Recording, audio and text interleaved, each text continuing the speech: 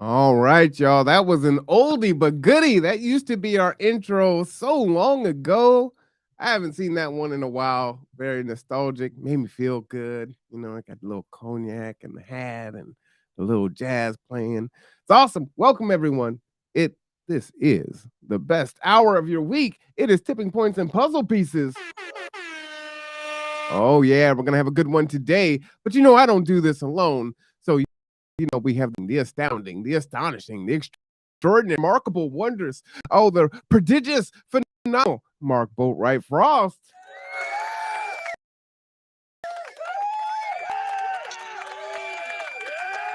How are you doing today, sir?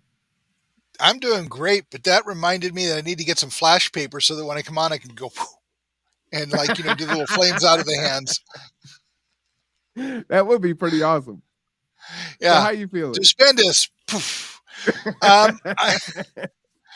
I'm doing pretty good. Lot of stuff's going on. We put out a little bit of a teaser a while back about a potential event in the spring of next year that you and I have been working on in the background. And Mhm. yesterday we had a meeting, and that took another step forward. So now Oh, we're waiting to hear if there's will to host this from an entity in the county. If we hear that, then we can go forward full speed. all right.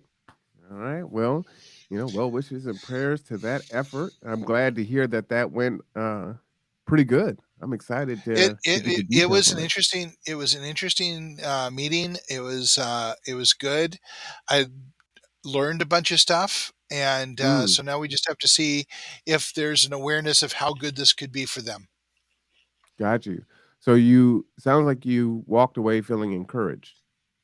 Yeah, I think I did. Okay. Good, good. I like it. Progress is important.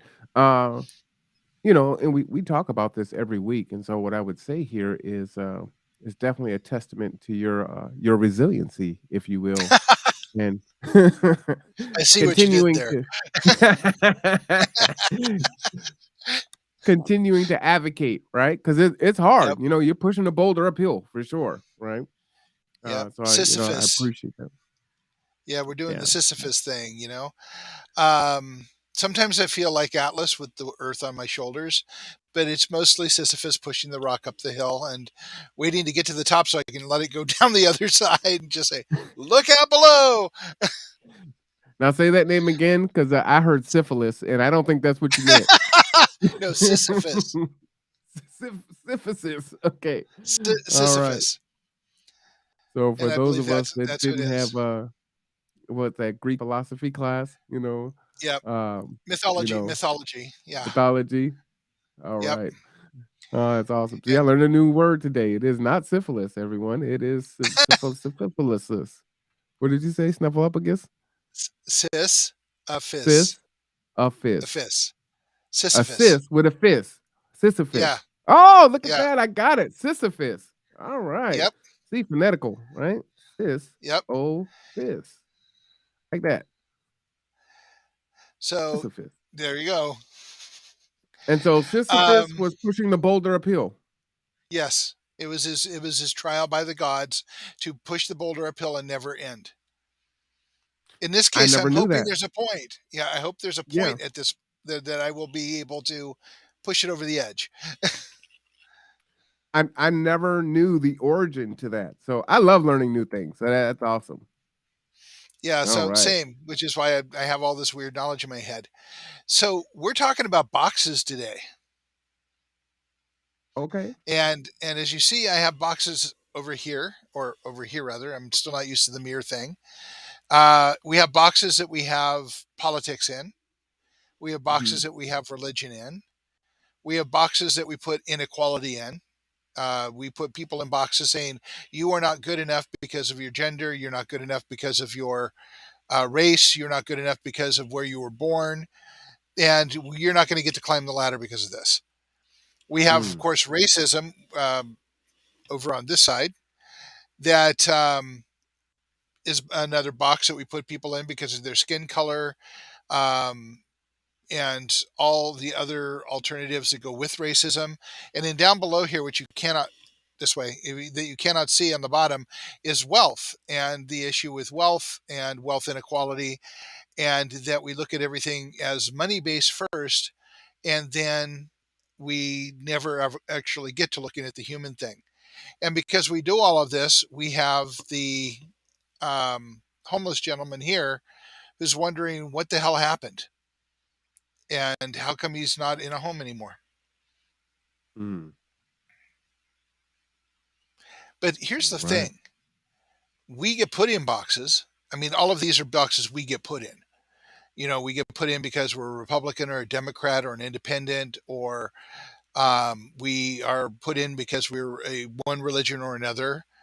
And if you think about those boxes, each having little containers like you do when you move and you put glasses in them for each of those different things, keeping us separate. And we keep this is another way of looking at what many people say is othering. We other people so that the people who have control can maintain control. And these are the ways that they do this. But here's the sad part: we put ourselves in boxes. We label ourselves and put ourselves in boxes. And once you're in a box, you don't generally get to learn new things. What you see is the inside of the box. Interesting.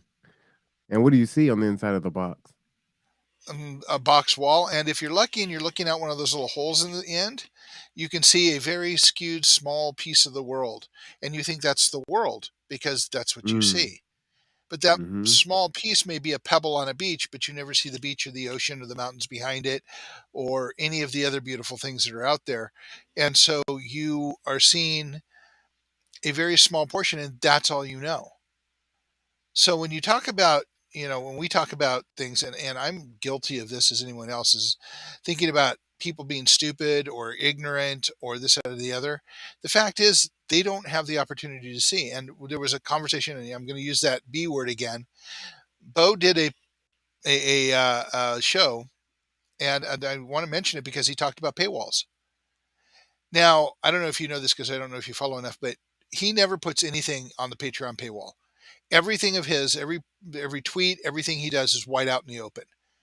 But his people use Patreon to support him, even though he puts nothing behind there. I mean, there's no special treat for Bo that you get there like there are, because Patreon was basically designed for artists to sell their wares. And so therefore the people support, they get special stuff. Oh, okay. And in truth, that's very much like resilient ecosystems. Resilient ecosystems doesn't put anything behind the paywall either because it's important for people to know. But here's the reason why, and this is what he was talking about because he was answering a question. All of our predominant media are behind paywalls. Mm, I can't read articles from the New York Times without subscribing to the New York Times. I can't mm. read articles from the LA Times without subscribing to the LA Times, the Boston Globe, the Wall Street Journal. The All of them are behind paywalls. So all of our reliable media information is behind a paywall that people may or may not be able to afford. I mean, think about the primary papers you want to know things, you want to get things from. You'd be paying $300-400 a year to get access to them. A lot of people don't have $300 or $400 a year to do that. But I will tell you one thing that is free: all of the misinformation all over the web, instant free access to it. Do you wonder Facts. about people looking through the holes and seeing little bits and that's all they get? Because there is no bigger window to see a larger piece and they don't have access to it. Hmm. So boxes are more than just ways we label people, ways we other people.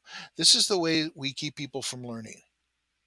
This is the way we keep people from connecting with each other, connecting to the larger world.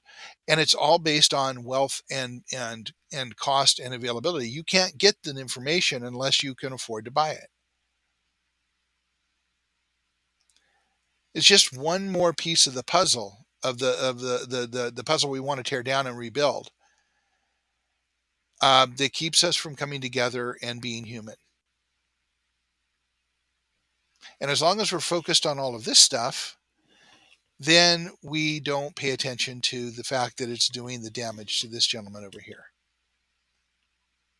And that we're all in line to become just like him at some point.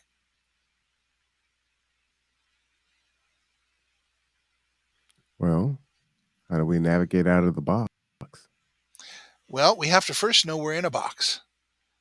What was it, the saying that Aaron Sorkin wrote in his beautiful drama he wrote?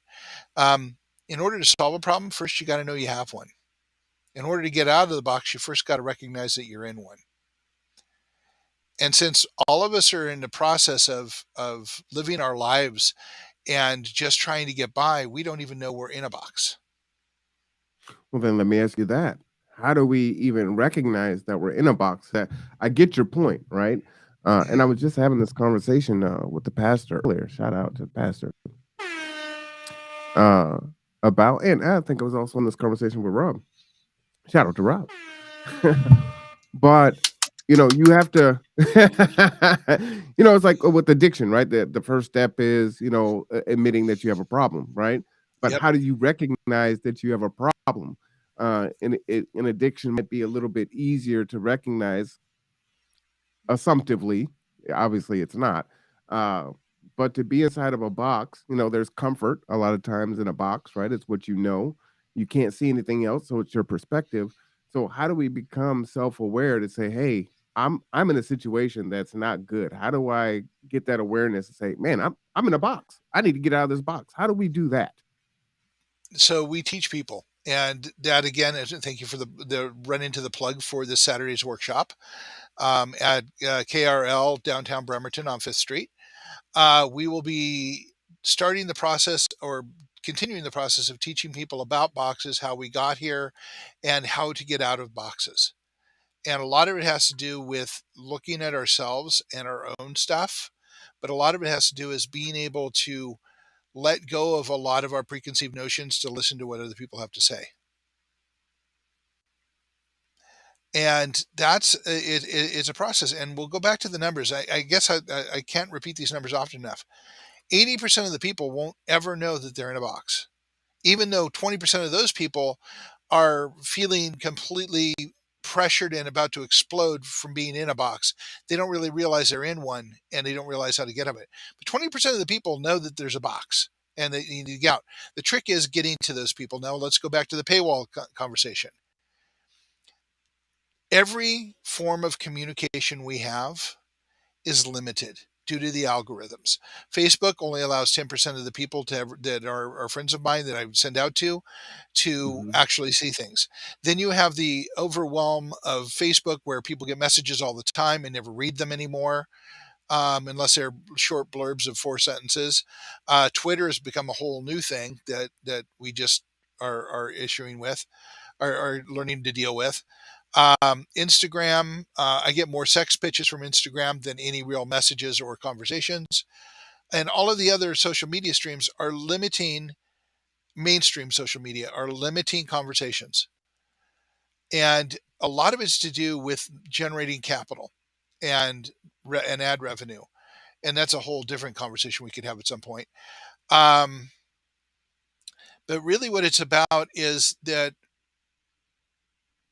we saw Arab Spring happen because of Twitter and because of Facebook.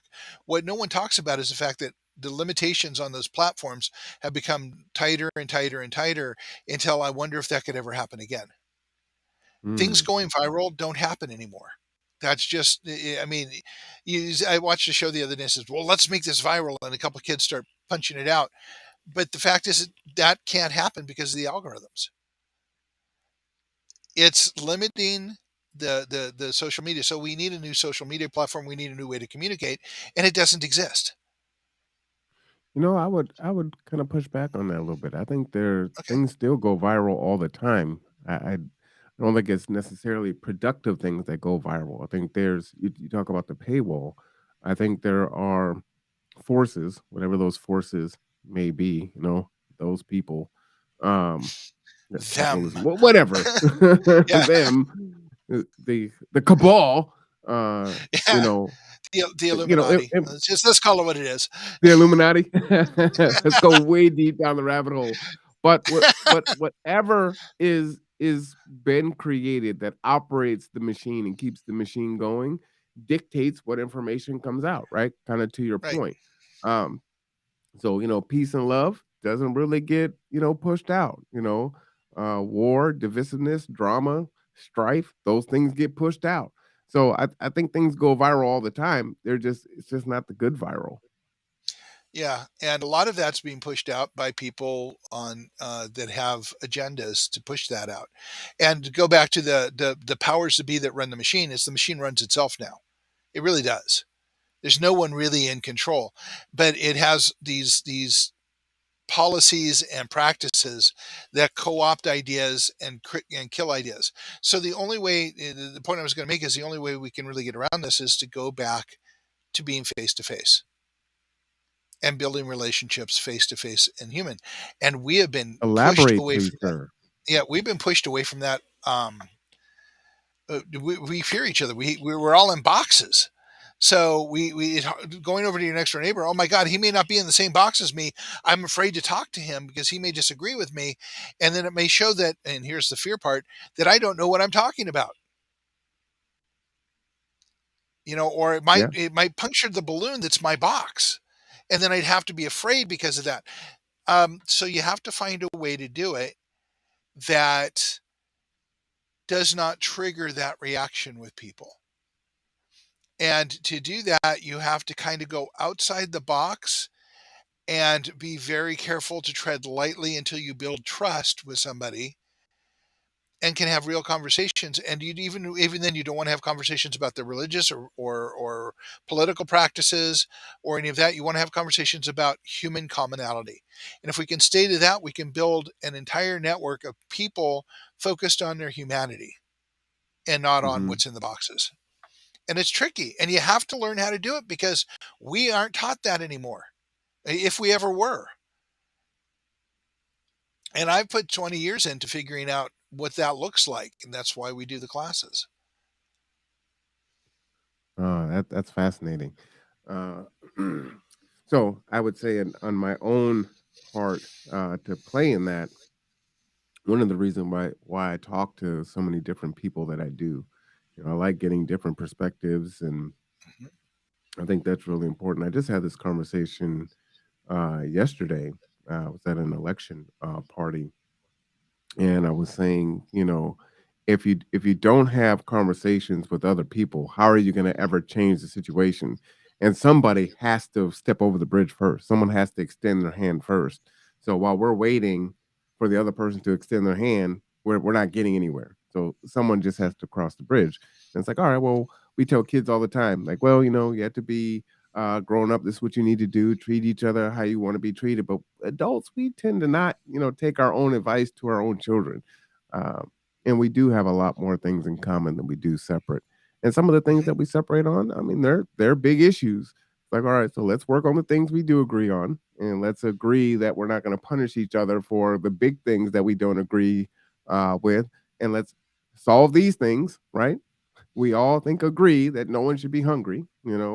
Um, we agree that everyone should have health care, not on how health care is administered and who should pay for it and those things, but we agree with that. So let's work on the things that we do agree on, and just put the other stuff to the side. When we come to that Exactly piece, so.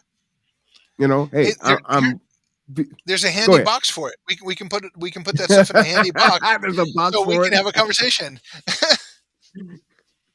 Well, I mean, but it's facts, right? And Yeah. eventually we'll get there, but there are some bigger things that we can solve. And as we navigate those things, I think it makes it easier to handle the hard things in those really heavy boxes that are full of traps. And some But of the like you things said, in the someone has to be willing to do it. absolutely, and part of the things we teach in the classes, in the workshops, if you go through the workshop series, we're teaching you to be an ambassador. We're Mhm. teaching you the tools to put your hand out first and not be afraid to have a conversation. more importantly, how to have a conversation that keeps stuff in the boxes and gets to the stuff that's important about building a relationship. There was something pretty big that happened in this country yesterday. Did you want to talk about that? Oh, God, so much has been said. I actually wrote a kind of an intro to the class yesterday, and I put it on several sites. And some of you may have seen it, some did not. Most did not, probably because Facebook only allows 10% of the people to see my stuff. And a couple of sites did not like the fact that I talked about voting and politics, even though I never mentioned a party or a candidate or anything else. I just said, while you're thinking about this, why don't you think about, are you voting for someone or are you voting against someone? Would you mind if I read what you wrote? Sure, go ahead. Good, that's what Do you you have sent it me, up? right? Yeah. Yeah. Okay. So I'm gonna share this and I'm gonna read it. And Yeah. so I Be thought this careful. is what we Beware were that. gonna talk about. Yeah. Beware. Beware that the spacing on that because it went in Messenger, the spacing got blown to hell. So just kind of like be aware that the spacing's weird. Oh, no worries. My reading can be choppy. I'll definitely butcher this. Okay. But this was intriguing to me. So this was yesterday, right? Hmm. And so this is what Mark sent to me. And this is what you're saying. You also posted on Facebook. As we vote today or do not, we could reflect on a few questions. Are you voting for someone or against someone? I thought that was really interesting. And I think I voted for someone. And I'm actually going to reveal some of my statistics, Yep. which I know a lot of people do. It's like a super private and taboo, but I'm all good with that. Yep. And Where and to is be all honest, I the voted I voted both for someone and against someone. So Oh, thank you for that. All right. Well, let me ask you this without going into who or what the topic was. Why did you vote against someone? um, because I wasn't crazy about either candidate. But one candidate had information in their pamphlet that made me not feel that they would be best representing the people. So I voted Mm, against them as opposed to for the other person. got you. Okay. Where is all the rhetoric? Is anything approaching Well, sorry, that's humanity? supposed to be where it's supposed to be where in all the rhetoric, and Oh, where in all just the yeah. rhetoric is anything approaching humanity? Think about Hmm. all the things that Can we get told you in politics. So everybody's talking about, all of this stuff. Then you just kind of go, what are they really talking about? Mhm. I mean, where in here is anything focusing on Native humanity? Are they talking about actual fixing homelessness? Are they talking about affordable income or affordable housing? Are they talking about looking at the problems with income disparity? Are they looking? None of that is ever mentioned in a race. It becomes a popularity show about what party you're with, what bullet points you put out about bland, but never talks about a plan. It never talks about how you're going to Mm. fix serious problems. You and I have been working diligently on homeless issues for months and looking at what they are from different perspectives, but we are working and on the same problem in different places. I didn't see anything in any of the politics that talked about our humanity, our failing infrastructure, Cascadia Rising, climate change, the things that risk our lives on a daily basis, um, the fact that the law enforcement is not equal in this county, um, and that some people get more law enforcement applied to them than others do. There are lots of things here that could have been talked about that are actual problems for the majority of the county that were never talked about. So, where in all the rhetoric is actual speaking of humanity and human needs? Does that clarify that? Yeah, it does. And I just wanted to pull up humanity to define it here, and definition too. I Hmm. really like, right? Humaneness, benevolence. Example, he praised them for their standards of humanity, care, and dignity. Synonyms: compassion, brotherly love, fellow feeling, humaneness, kindness, kind-heartedness, understanding, sympathy, tolerance, goodness, good-heartedness, gentleness, leniency, mercy, mercifulness, pity, tenderness, benevolence, charity, generosity, magnanimity. Wow, you know, Mhm. that was a Yeah, very like right out of interesting way to run a campaign. yeah, right out of the Bible saying, love your brother. So, Yeah, yeah, I like that. When demonizing a political party, either party, do you consider the people or who supposed are supposedly represented by their party? I mean, we talk about, we look at the big things and we demonize the group, but, you know, I've never met a demon that was part of a political party. And I know lots of people who look at politics from lots of party lenses. Libertarians, Democrats, Republicans, Independents, and I've never found a single demon among them. So when we demonize the group, where's the humanity again? I mean, why do we think that somebody who votes Republican is evil? They aren't, by and large. I must be evil. You know, People who vote Democrat are evil because they're trying to give everything away. I mean, you demonize without understanding the humanity or the need. Again, I'm I bringing it must be back down to evil. need. Yeah. Yeah. Well, I've been evil on several occasions too. So I found it interesting, speaking directly to the um, um, election, the maintain repeal of 39 and 40. I noticed that it are all being repealed, but I wonder how many people actually, because I looked at my voter pamphlet and there was literally nothing in the voter pamphlet that actually gave me any real information about either one of them. So I actually went and read the intro to the laws, the summary of the laws in the law itself. And I Mhm. found nothing in there to repeal. I thought that they were both well thought out and applied. But I wonder how many people actually looked at that, or whether they just said, "Oh, it's a tax, repeal it." And it's Did just I like think I and I asked the read question. on air yesterday, but I don't remember. Yeah, the aviation fuel tax and Mhm. the basically the target is straight at Uber, allowing them, making them create a wow, labor and industries claims, being able to allow them workers' comp Yeah. claims.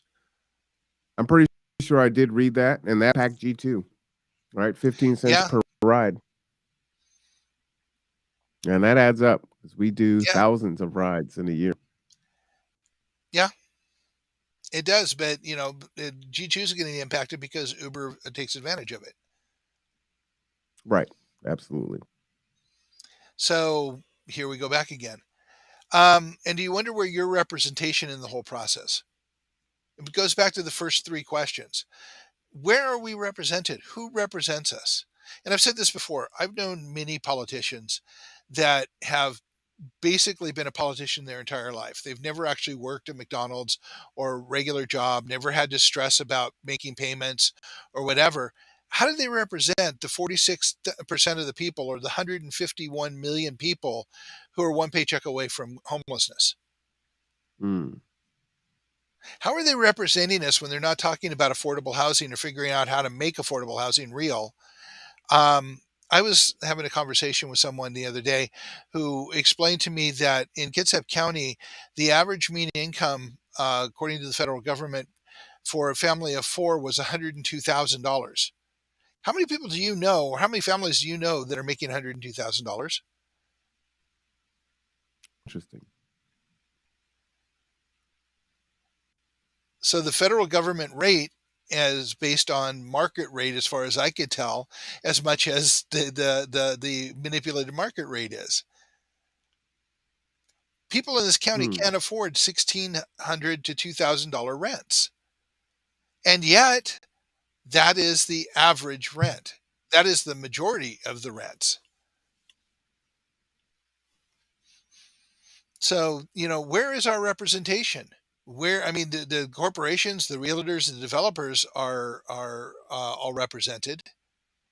Where are the people represented? Where are the people who are working and providing services represented? So those are things to think about while you're voting. You won't find any answers, but they're questions that need to be asked. Ask yourself these questions. You're not gonna find any answers. Oh, that tickled my funny bone. Sorry about that. Let me read this thing and get your thoughts on the other Okay. side of this. I voted my entire life. This is Mark I'm quoting here. I have not Yeah. voted for a single party, but for people who best represent me, as far as I can tell. I've only voted for President one reservation. That was my very first election, and it was for Carter. You are old. History has shown that I was right to feel that way. History has also shown I was right in all my reservations since. My daughter called me before this election to discuss the choices and I explained to her for the referendums I needed to go to the actual bill and read the summary since the state voter pamphlet, as you were saying, did not contain sufficient information to make an informed decision. This was the easy part of our conversation. She was seeking my input because I have met and talked to many of the candidates, and your daughter's about 24, correct? 2025. Yeah. 25. She wanted more than the Dan. vague, flowery, more than the flowery statements in the pamphlets. She wanted a sense if these were good people and would represent her. As I sit here, I wish I had better answers to give. Our system is broken. We all know this and respond in our own ways. Getting real, we need to come together and agree to fix it, to talk until we hear each other, to find commonality, to build relationships, to be willing to become a candidate for the people. It is past time to get this process going for ourselves, our family, our community, and our future. I know that you do not believe you have the will, the ability, the resources, whatever, to be part of any change. I assure you that you do. Fear and the belief that you cannot bring enough stops you from taking a step. The point is that you are not alone. No matter how much our media, corporation, politicians, and churches imply that you are. Not fingers at one group or another, one person or another. All are guilty of this. I'm inviting you to learn, to connect, to become part of change, to be part of a movement that can change the entire broken system over time by engaging one neighborhood at a time. Join us this Saturday at the Kitsap Regional Library downtown, which is the M.L. King Library, workshop on how to change the world. Hear what we have to say. Tell us what you hear and what you need. And if we see the value, and if you see the come back to the next workshop. It costs you nothing but some time. Give us your thoughts on that. That was a very powerful statement you said. I Thank you for being so active. I can't really add more than I said there. Um, when my daughter called me, I of course I felt great. My daughter felt that I had answers for her. And I have talked to many of the candidates, and I will tell you that I don't have a sense of a lot of, again, going back to the questions, of what they have that represents us. I will unabashedly say there is one candidate that does represent us, and I'm very happy to vote for. Unfortunately, they're not in my district, um, but most of them, I just kind of went, all right, fine, I'll do this. But again, not feeling good about it. I also, and Marwan, you always wait for me to like put my foot in it. So here it is. Um, I struggle with the messaging of we need to turn the House Democrat because it will overturn the reverses in Roe versus Wade or whatever, or the economy or whatever. Um, you're right. I am old. I am old enough to remember that we have had a Democratic president, a Democratic House, and a Democratic Senate, and nothing got done. So that lie is a promise that I don't believe will be fulfilled. History has told me it won't be fulfilled.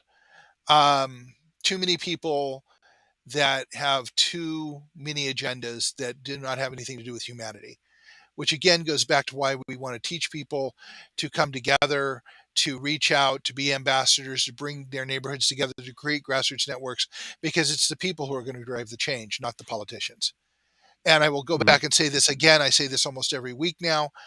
When has that ever happened, that the politicians do something without the people pushing them? Even if you have not seen it, someone is pushing them. So we need to come together and push them. And that's just the reality. I will say, um, first, I believe that I was saying on the show yesterday that I won't say that people have a civic duty to vote, right? They have a right being a citizen of this country, and as such, you don't have to, right? That's part of it. That's your right.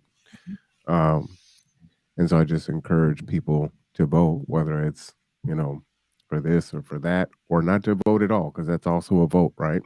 Your vote Yep. counts even when you don't vote. And for me, I'm going to share. I voted for 6 males, 3 females, 5 Democrats, and 3 Republicans.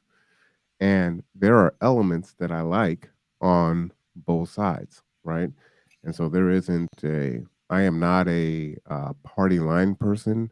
I also don't vote, how do I say it? We'll use abortion, right? So Mhm. abortion is a big trigger issue for folks. I'm not a single topic voter, right? So it would take, Nope. you know, abortion and employment and education, and it would have to line up all the way down for me to say, okay, I'm going this way on that. Where it would be a party line thing.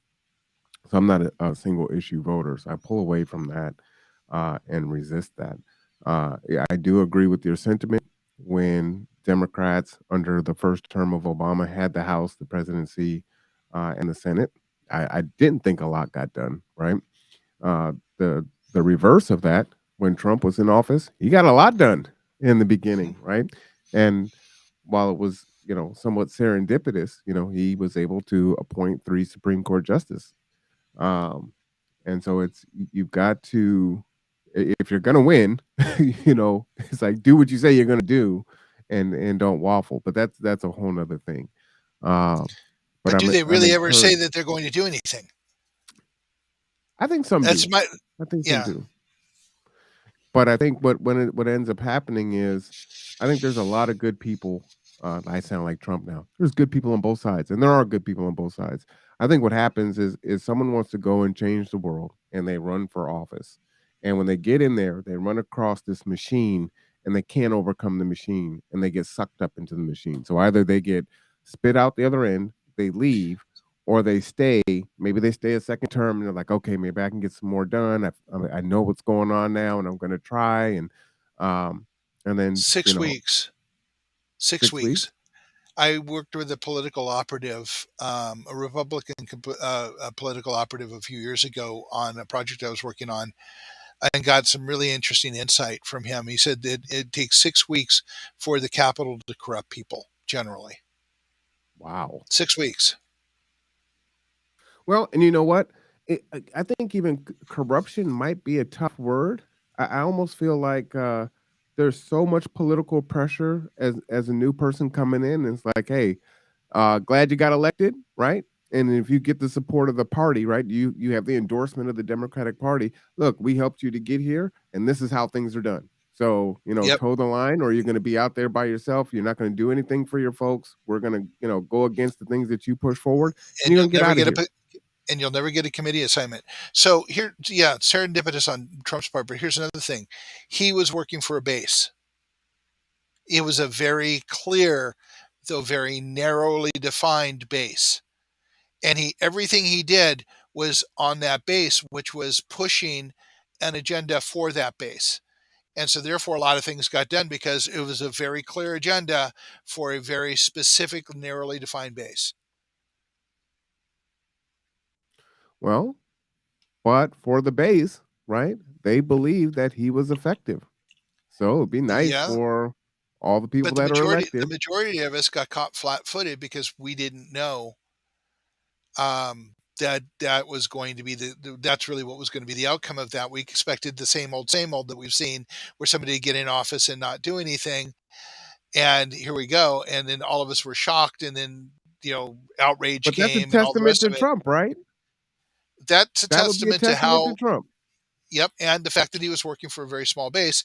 And it's also a testament to the fact that we can't get our shit together and come together on anything No, because no. we're all in boxes.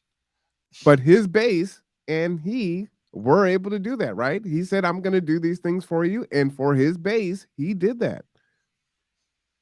I mean, you Yep. have to acknowledge With a the lot of facts. with a lot of historical precedent. Fascism Well, has been a successful tool for a minority for millennia. well, That's hold why on. it's still around. Let's back away from that, right? Let's back away from fascism. Let's talk about the fact that there was this narrow base that you laid out here, Yep, and he ran, and everybody else, what you were saying from your words was, well, we thought he was just going to get in, and he's a celebrity, and he wasn't going to do anything, and he actually did the stuff that he said or attempted, right? yep, And so the base was very satisfied in what he got done, right? So yep, fascism or all these other, terminologies aside, right? He did what he set out to do and what his people elected him to do, if that's how you want to look at it. So yep. what is the problem with the other side, whether it's Republicans that weren't on Trump's side or Democrats or independents not being able to do what it is that they said they wanted to do, right? Well, let's understand that his base did not elect him completely. It wasn't just his base because there aren't enough of them to have elected him. The other people that elected him were people who saw the Democratic Party put someone forward who was not going to represent them in such an egregious way. And the other people were looking at it saying, this is just same old, and we need something different. So they voted for Trump. And those are the people who were shocked when they got something that was actually active and to so many heinous. Well, that's So we had to agree to disagree on that. And I'm yeah, not saying that I'm The Democratic Party fell flat on their face in that election. And I don't think many people would argue that point. and why were so many people disenfranchised with the Democratic Party to defect and Same old, vote for same Trump in old, the first place? same old, same old. They were not being represented. The truth is, God, I mean, here we go again. You're just going to ask me to put my foot right in the hole, aren't you? Okay, the I don't know Democratic if people can Party. see me smiling. It's just like ding ding. Go ahead. So just don't put any more of those bungee sticks in there. They hurt. Um, all right. So it is an absolute truth, and this is one of the greatest strengths of the Republican Party, in absolute truth, that many of the Democrats, because they're so urban metropolis focused, do not pay attention to the needs of the rural or the poor, because the Democrats tend to work with affluent people and the affluency. They have this idea that they sell, and it disenfranchises a majority of the people. The Republicans also disenfranchise a majority of the people, but they sell it like they care. And that's been the difference between it. It's a marketing issue, really. And the Democrats tend to be elitist, and it's just the right word for it. They tend to appear to be elitist, and they don't deal with people, and they don't look at human issues. Tend to appear. Well, you know, uh Again, am I going to demonize the party or the people? I'm saying that there is an appearance and a reality to that. But I know a whole bunch of Democrats. I know a whole lot of Republicans that I could not say that about as a person. right. So And you just again, admitted you voted for both sides too. yeah. Okay, there's a question of what? Mhm. Is there a need for clarification for Lucia? So don't agree with that, Mark. Which part, Mark? Oh, which part, Rev? He's Anyway, got to kick it now.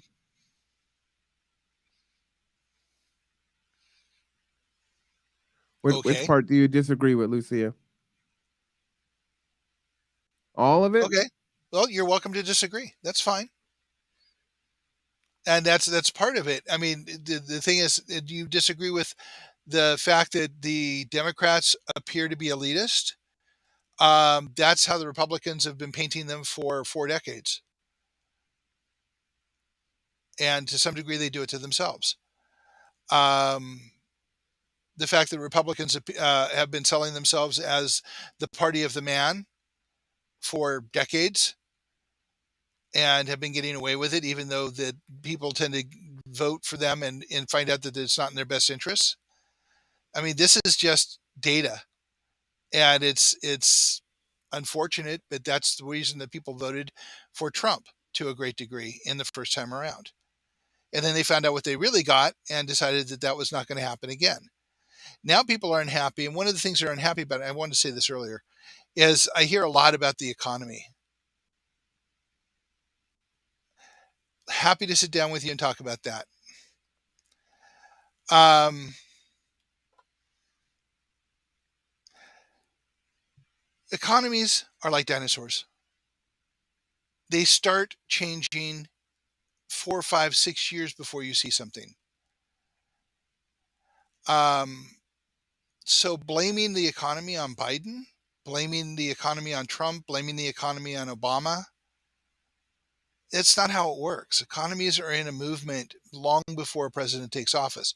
Now, there will be bumps and hiccups in the economy, yeah. But where we are now has been working for 5, 10, 12 years. But isn't that the game, where, Absolutely. let's say a Democrat takes office, right? And they blame the bad on the Republican office, and then they claim the good. And then when it flips and the Republicans take office, right, they take the credit for the things that are good, and then they blame the Democratic Party. So it's just this circle that continues to go. But if you look at the through line, you can look at the deficit that just continues to grow exponentially, no matter who's In running the office, White House. exactly so.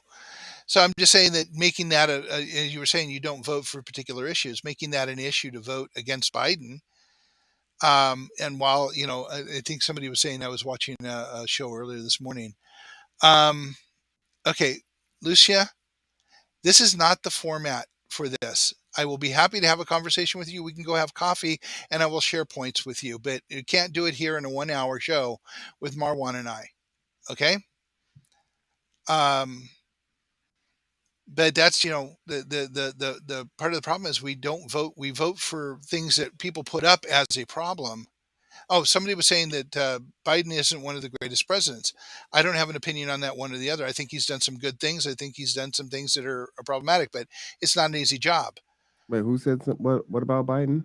Oh, I was saying somebody said earlier when I was having a conversation today that Biden is not a great president, and Oh, that I agree with that. yeah, and I said, he's a president, and I don't think any of us can really measure that job unless we sat in that seat for a while. And there's a lot of things that go on in that seat. And I'm not excusing him. I'm just saying there's a lot of things we don't see that go on, and for any president and all presidents. I don't know. When you can tell me that I'm not black if I don't vote Democrat, I've got a problem right from the gate Yeah, with that. I agree with you. Does that mean But if I I, vote Democrat, I'm black? Wait a minute. Um, right, sorry, but that bad dog joke. whistle was directed toward us, Yeah, I and get it. that's a huge issue. To that end, I can't tell you the last president that I actually had a lot of respect for. I Um, can. I just wrote it down on an intro piece. so what was your thing about Jimmy Carter? Because he was very polarizing as a president. He was because he did the right thing most of the time. He did the moral and human thing most of the time. You can't have that in the presidency. So his own party didn't like him very much. But Hmm. if you want to talk about somebody who's proven to be a good man, You'd the have to man is elaborate on that because I was what year was Carter? 70. 74, 75, Yeah, I so was 1, 2 76, years old. 76. Yeah. Yeah. God, I forget how much younger than me you are. Um, yeah. Former nuke, Navy officer, had a peanut farm. So he gave up all interest in the peanut farm to run for president because that was the right thing to do. Um, he made decisions based on what he thought was capable at the time. He made actions, and every time that something went wrong, it became a blow up thing in his face. I mean, we had the Iraq hostage situation at that time. He sent a military operation in to rescue him. It blew up in his face, blew up in their face. We did not have a military that was capable of doing that. We didn't have the special forces that we have now. You got to remember it was post Vietnam, and a lot of the military was was downplaying and downsizing. Um, a lot of things that should have been taken care of weren't, and he was a one-term president. But what other president at that you can remember since Jimmy Carter, even before him, that has done so much good for people since I guess president it leaves depends office? on. Yeah, president leaves office. You never hear about him. Well, unfortunately, Trump we do, but president leaves office and you never hear about them again. They just kind of fade out into history. Oh, I see Carter, what you're saying. You're saying after they're out of office, what president do you see still doing good things for people. philanthropy and doing good work? Yeah, I do see things like Jimmy Carter doing Habitat for Humanity type things and whatnot. I He's think he written four fell and is books, bruised. and he's written four books, educational books about history. Um, I haven't read any of them, but he's written several books that are well thought of. He is a he's just a good man, and he's done good things, and he tries to make the right decisions. And I can't think of another president that after they've left office, I can remember anything that they've done. Again, except recently. And I can't really weigh in on that as I was too young for Carter. I think I remember in elementary school, you know, learning about him being a was it peanut farmer. That Yeah, was so long ago. But then, other than that, he was not also too much in he was also one education. of the first nukes in the Navy as we converted to the nuclear fleets. Hmm. So yeah, again, that's the one that I had no reservations when I voted for him. And then I had no reservations about the man since then. Well, one of the things I was going to say was, you're talking about what good have the presidents done for people after. I think that would depend on perception, right? What Yep. what people are you talking about? But I yeah. to your point, I don't hear a lot from the Bushes or you hear Hillary is constantly doing something. You don't hear too much from Bill Clinton. Um, the Obamas seem pretty quiet right now. Who else has been Though president during that Michelle time? has been doing some stuff. Mhm. Reagan. He died. Is that all of them? Can't hold him. Nixon, Nixon. Okay. Reagan. Um, God, at one point I could have named all of the presidents. These days I can't. Too many other things in my brain. Um, So anyway, you bring yeah. that point up to say what? That they should, continue to serve their country after they're done being No, president? we were talking about feeling good about voting for president. You'd said you hadn't felt good. I said, well, I had at least once. Mm. Got you. Interesting. Interesting. I wonder how you guys feel about that in the chat. Just reading the comments there. Uh, the Rev says with caring part for sure. And yes, like Lucia said, all of it. Lucia says, no, prove it. Here, who said it? If you do want to take a little time and pull that up, I did put on Mark will be down at Cups Yep. on Saturday. If you want to meet and have a conversation with them.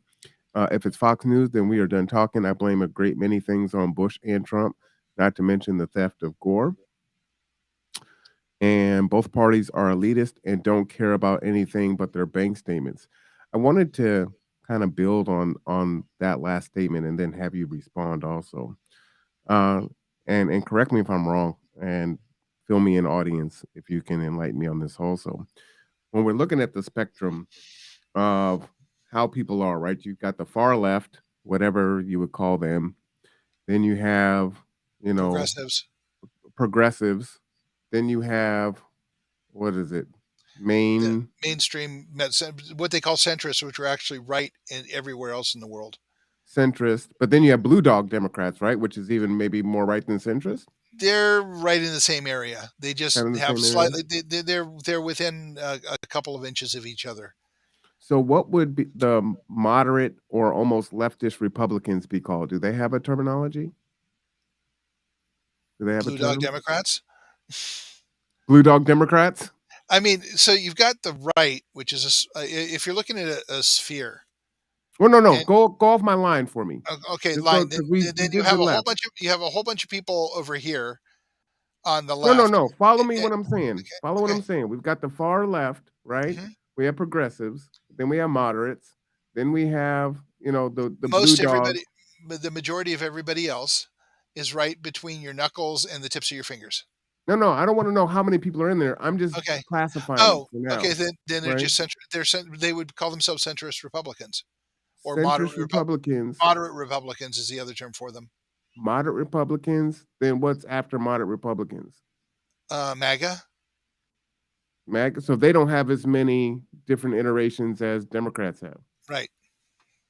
So just basically far right, center, and somewhat left leaning. Yeah, But the left has way far left, progressive, yeah. moderate, and Okay. then kind of Yeah, and blue then dogs. yeah, and then theoretically, the libertarians are on the right somewhere, and they're Libertarians on the probably out. right. Yeah, yeah, they're probably out toward the somewhere around the Tea Party, but before MAGA. And how about, whoa, that's pretty far. How hmm about independents? Where do they lay on that? Anywhere and everywhere. So the breakdown is that there are about Hmm. 29% Democrats, 29% Republicans, and everybody else is an independent. So the independents actually are a larger party if they were a party than the right or the Republicans or the Democrats. But they're not a party; they're just independents, which means they could be either way. And whenever you get a survey, they ask, "Do you lean right or do you lean toward Democrats? Or do you lean toward Republicans?" But here's the thing: Bernie Sanders is an independent, but to me, He's I a would say he's progressive. a Democrat masquerading as an independent. No, he's a progressive, but he's an independent because the progressives, when Sanders started being an independent, progressives in the Democratic Party did not exist. Now we have progressives in the Democratic Party, but Bernie's been around for a lot longer than they have, and he's been caucusing with the Democratic Party. So yeah, he's more of a Democrat than anything else, but he is an independent because he wants to go way farther than the farthest left of the Democratic Party. And when you look at the politics in the rest of the world, our Democratic Party would be considered conservative virtually everywhere else. Wait, say that again. Our Democratic Party would be considered conservative in any other industrial, let's say European country, just to refine that a little bit. Hmm. Okay. They are far more liberal than we are. To put a fine point on that, the United Nations has a statement of that everybody deserves shelter as a human right. Okay. Can you imagine that being something we would say here?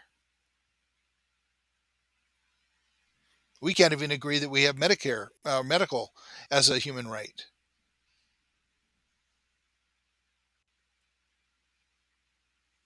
So what are we saying if we don't say that? That people don't have a right to that they have to pull themselves up by their bootstraps. They don't have a right to shelter. If you can't afford it, work harder. Put up an article the other day saying, a lot of people can't afford to live, even working two jobs and 80, 90, 100 hours, and they're selling their blood to make the extra difference. I don't know what bootstraps you can do to offset the fact that it's all being manipulated.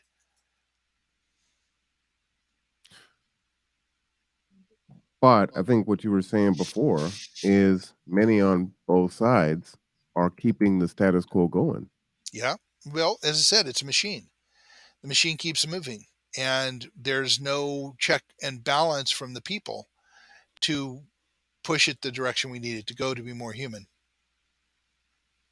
We're back in our boxes of socialism, communism, democracy, capitalism. And many people think democracy and capitalism are linked at the hips. Like you can't have one without the other. And one is an economic system, one is a governmental system. They are not linked in any way, shape, or form except in our heads. And we have unregulated capitalism, which is a problem. And I should point out we're over time. All right. Well, we got to go just for a few seconds more. I wanted to show people this. What were you calling kind of middle of the road Republicans, Moderates. moderates, and what's like kind of left leaning Republicans? Um, I have no idea. I mean, the only thing I've ever heard is moderate Republicans for people in the center. My best friend for 40 years is a Republican, and he and I have voted the same way on most issues. Hmm. I try to pull this up for people to see. The Rev says, I think the ex-president should be active, very active. I think they would make great ambassadors. I think we should all outlaw all political parties and establish ranked choice voting across the board. Can you explain ranked choice voting, Mark? Uh, how many okay, it doesn't matter what party you are, you vote, and whoever gets the most votes is first the people who get the second rating votes, at least the way I understand it. The people who get the second most votes are in there. So let's say you president would be the most votes, the vice president would be the second most votes. But there are other ways that I've heard that put out, but that's the way I've understood it. What's this? So what I was trying to do was just kind of make that timeline to Okay. see, because I'm trying to gain an understanding, right? And so me holding my hands out, I don't think was very effective. But we have Democrats on the left, radical left, progressive, moderate, blue dog Democrats. Then on the right, you have moderates, MAGA, far right. So Well, you were talking about, mega is far right. I don't know. I think I don't there's know. some. Is there something farther out there than MAGA? I think there could be. Okay. I think there could be. Um, so you were talking about some percentages on where some folks might lean. Where did you say? What Okay. did you think? The last I looked, and it changes from election to election, but the last I looked, I believe the Democrats were about 29%. Hmm. Republicans were about 29%, maybe 28%. Um, and then independents make up all people identified as independent make up all the rest. 29% Mhm. Democrat, 28% Republican, and you said the rest is everyone else. Independent is what it falls under. I mean, there are independents. There's also libertarians. There's um, Green Party and all of that. And I don't have the breakdown on those in front of me, and I haven't actually looked for a couple of years. But that seemed to be about what I remember. And And where does the libertarians Green Party? more under the Democrats. They would be on the far right of the Democrats or the far left of the Democrats. Oh, even further than the Yeah, Democrats. the radical left would be the Green Party would be kind of under the radical left to progressive. They would kind of blend over those two lines, Okay, and then but where they do don't. independents go? Independents are between the two parties.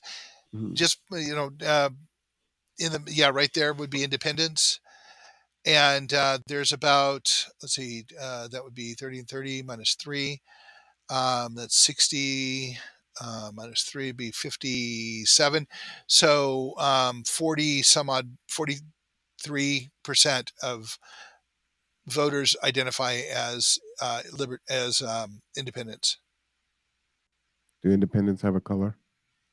Let's Um, make them purple. okay, That's a little too dark, but okay. So everyone else here in the middle, is about would you say 43 50, is about 43%. 43%? And then okay, all right, I got you. All right, Now libertarians and Green Party are not Democrats and Republicans, but I don't know what the percentage breakdown on that would be. But they fall kind of loosely in those categories. got you. So would libertarian be closer to far right? Uh, I get in an argument with a libertarian. They would not say them. They would not say that. Okay, because they're like deregulation, right? Yeah, It's they have kind of their free enterprise, platform. free enterprise.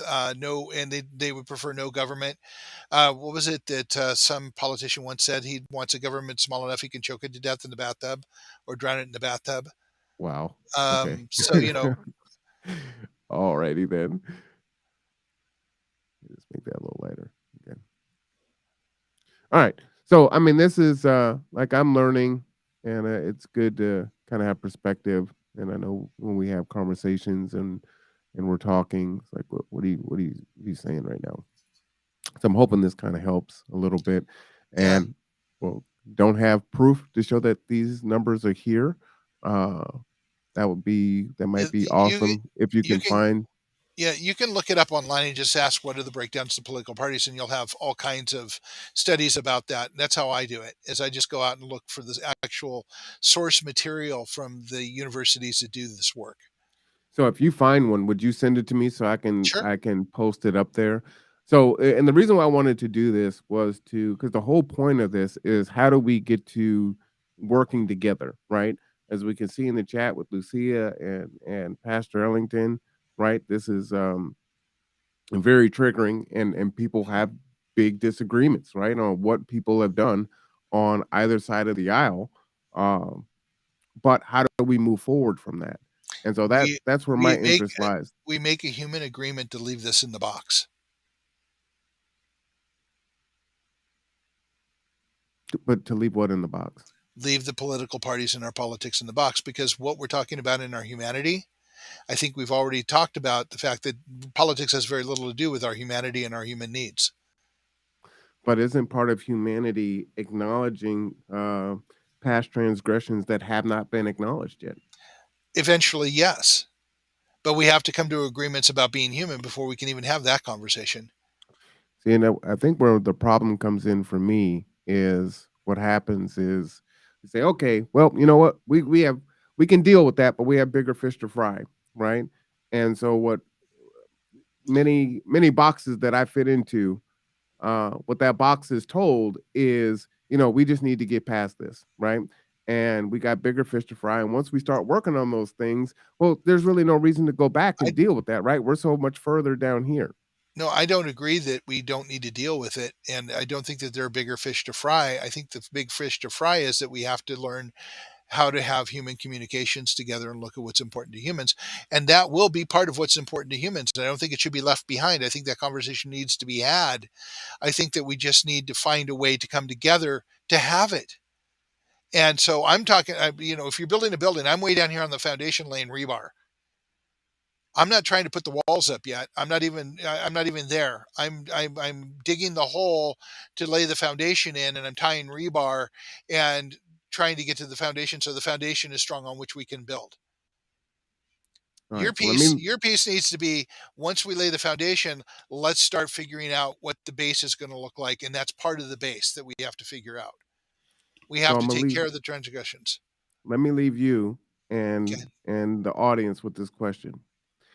If you slap the shit out of me and my face is still burning and you're telling me, "Hey, we just need to build."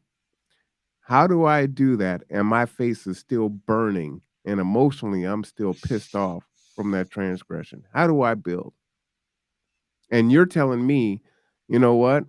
And I'm not saying you, but the person who slapped me is telling me either we got bigger fish to fry, we can deal with that later, pull your big boy pants up, or, can't we all just get along and move past it?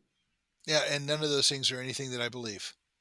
Well, I'm not saying you I are. believe, I know, I'm just saying, I think that we have to find a way to come together, so, as if a guy comes and starts slapping the shit out of you, 10 of us grab his ass and throw it down and say, "No," and then we go and make sure you're okay and that you're But I'm taken care saying of. I've already been slapped, I right? know, and So and it's already and happened, yeah, and it's like, "Hey, and we need to build." And it's like, "Hey, slap the shit out of me. It hurts." No, no, no. We need to build right now. This is bigger. yeah, and no, the building I'm talking about is addressing those transgressions, but we have to come together. It's not building, it's just connecting. We can't get to building. We can't even get to building until we lay the foundation of connection. And in that connection, we have to address the grievances. So is what you're saying is the foundation is addressing that. Yes. That is the cement. Yes. Ah, okay. The Okay. puzzle pieces are the foundation, and the puzzle pieces are understanding the transgressions that have happened and addressing them as we move forward. But if you and I can't talk and come to a place where we can trust each other to have that conversation will never be happening. And someone will be saying, well, we got to build these walls, but you're building on sand, man. It's going to fall down. Let's connect and learn about each other and figure out where the pain points are and address them together. So that we can build forward. Yeah. I wonder if the asteroid or aliens were going to attack, how would humanity react? Panicking. You remember that picture of the woman going, why didn't you tell me? That's how we would react. All right. I know that we are super over and I needed to go a little bit longer. I wanted to create that chart. I'm going to save that. Um, but this is a hard conversation, right? But I think these conversations are worth having. And part of the issue is we don't want to have the conversation, right? So and it devolves into, well, you are being part of the victim Olympics, right? Or you're saying that you're being oppressed. And there are issues that have not been resolved that need to be resolved. And it doesn't matter whether it's race or gender or class or whatever the case may be. There are issues that we have to deal with. And I think you are correct in the saying that for those that would say, "Hey, look, let's just move forward," we can't because whatever we build, it is not It's going going to to fall be on apart. a solid foundation, Yeah, right? it's going to be built on it's going to be built on landfill or sand, and it's It would going to just fall be a down. facade. Yeah, it Right. might look pretty, but it's not solid and it's bound to fail. So we have to go forward together in a way of true unity, which means resolving through it. And Yeah. so with our children, with our loved ones, we apologize, we acknowledge where we've done wrong, and we try to make right what we've done wrong. And then we move forward and we don't make the mistakes of the past.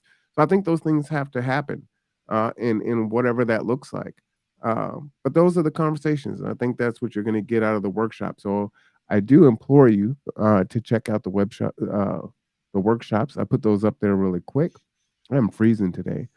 Again, that workshop is going to be this Saturday, 1 p.m. to 2:30 at the ML King Library downtown. Please RSVP at facebook.com/Rose Echo Projects. And before then, come on down and have coffee at Cups, delicious place from 9 to 11:30, and Cups is on 4th and Pacific. So hope to see you there. And I have heard a rumor that the Cups employees will be wearing blue Kitsap Resiliency Project shirts.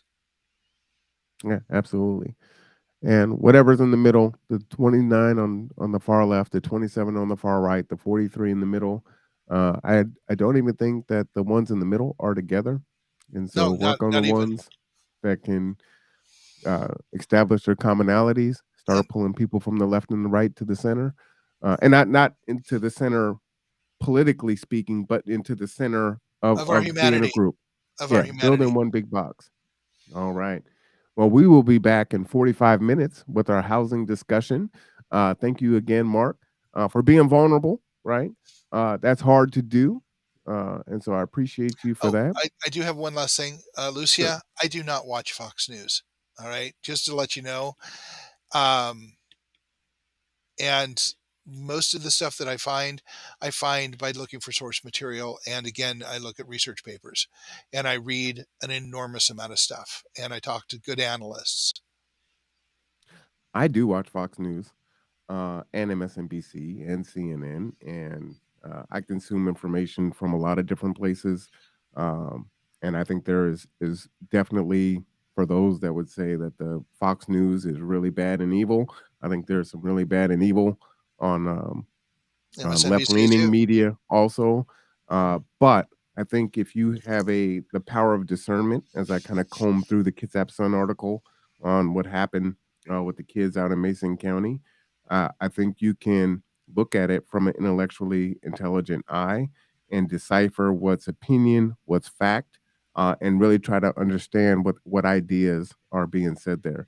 So I think there's something in it to listen to. I don't think you should get lost in the sauce on either end. But in negotiation is about understanding what both parties need, not just your party. You got to understand both sides. So anyway, And for that, the I will same is leave. true of our humanity. Yeah, facts, facts. That's my negotiations classroom talk for today. All right, everyone. For Mark Boatwright-Frost, I am Marwan Cameron. This is Tipping Points and Puzzle Pieces. We'll see you next Wednesday, and we'll see you in about 40 minutes. All right, have a good one.